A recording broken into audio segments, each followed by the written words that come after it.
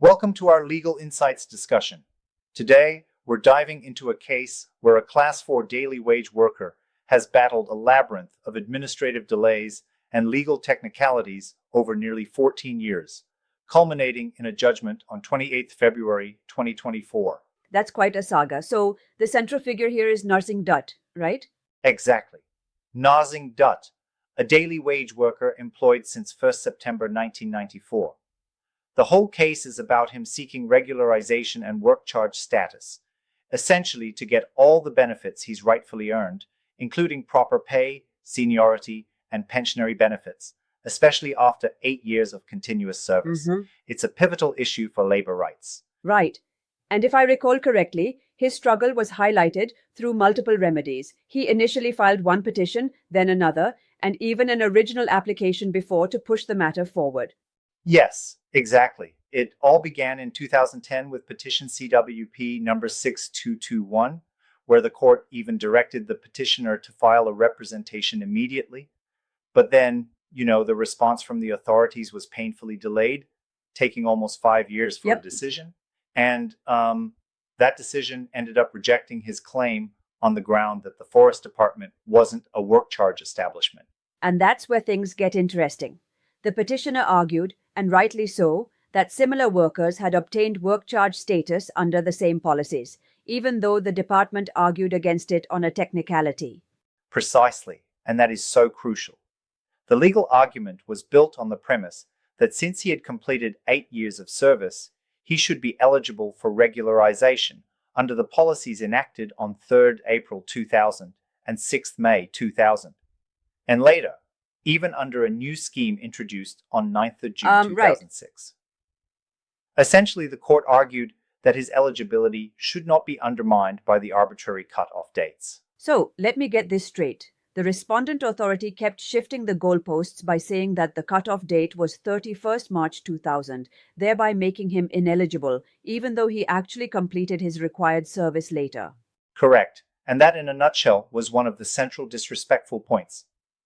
The court noted that regularization policies from 2000 were actually reiterated by instructions dated 7th of June 2002. This means that even if the cutoff date was mentioned, it shouldn't have been used to deny the benefit because the policy was meant to cover workers like Narsingh. And it seems it wasn't just a misinterpretation. Other cases, like the Ashwani Kumar case and Reema Devi case, supported the idea that the status for work-charged establishments isn't a prerequisite for granting work-charge status. Absolutely. The Petitioners' Council drew on judgments from multiple precedents, Municipal Corporation Shimla in Mathuram, and also State of Himachal Pradesh versus Rajinder Kumar, and even the more recent Reema Devi case. The consistent thread was that denying the work charge benefits based solely on the technical label of work-charged establishment would be contrary to settled law. It kind of flips the administrative logic on its head, doesn't it? It surely does. And what about the timeline of the representation? The court really highlighted that the petitioner had to wait for almost 3 to 5 years for decisions even after clear instructions were given. Exactly. I mean, the judgment noted the representation was supposed to be decided within 4 months of the 2010 direction, but instead, a decision came in December 2015, nearly 5 years later. Such delays clearly show that the petitioner was forced into an endless loop of litigation. And then the petitioner faced another rejection in 2020, with the impugned order stating that he hadn't met the so-called conditions. Right. The rejection order from 4th of September 2020, Annexure P11, tried to disqualify him on the flimsy argument of his work days not aligning with the eligibility thresholds under the existing policy. It was clearly inconsistent when compared with what other workers received. It's like setting up different rules for the same game. At this point, I have to wonder, don't you think the respondent authorities were a bit, dismissive of the broader legal principles here? I totally agree. There's a respectful challenge to that notion in the judgment. The court pointed out that the various objections raised by the state were essentially piecemeal, attempts to deny the petitioner his rights, even when the law was crystal clear in previous case laws. It was seen as just a tactic to delay justice. And what about the issue of costs? The judgment was pretty direct in imposing significant costs on the respondents for the undue delay. Yes, indeed. The court imposed costs of Reserve 1,000 on the respondent department, and that specifically included personal payment responsibility from certain officers responsible for the earlier and later impugned orders. Oh, that's a It strong sends message. a clear signal that harassing litigants for their rights is unacceptable. Absolutely. And it aligns with the broader principle that state authority shouldn't use its power to force poor litigants into prolonged litigation. The petitioner's reliance on decisions like the Special Land Acquisition Officer versus Vithal Rao really underscored that view. Yes, and that was a powerful point.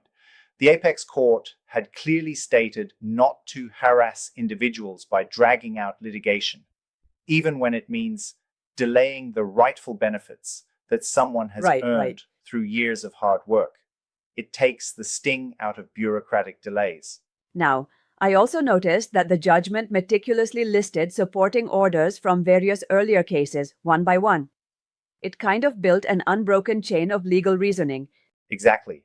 From the earliest case in 2010, then at 2017, the original application, number 4695, and then turning back to judgments like that in CWP number 3111 of 2016.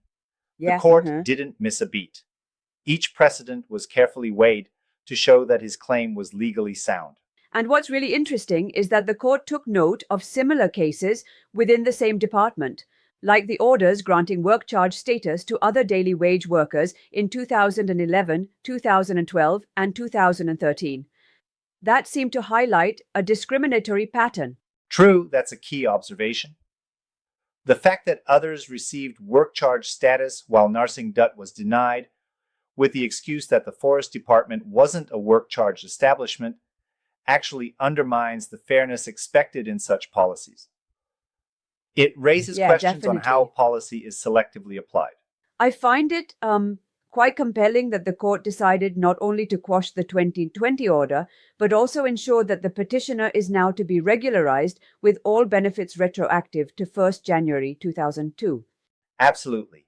That, along with the mandate to release all arrears with 7.5% interest per annum, really seals the deal on compensatory justice.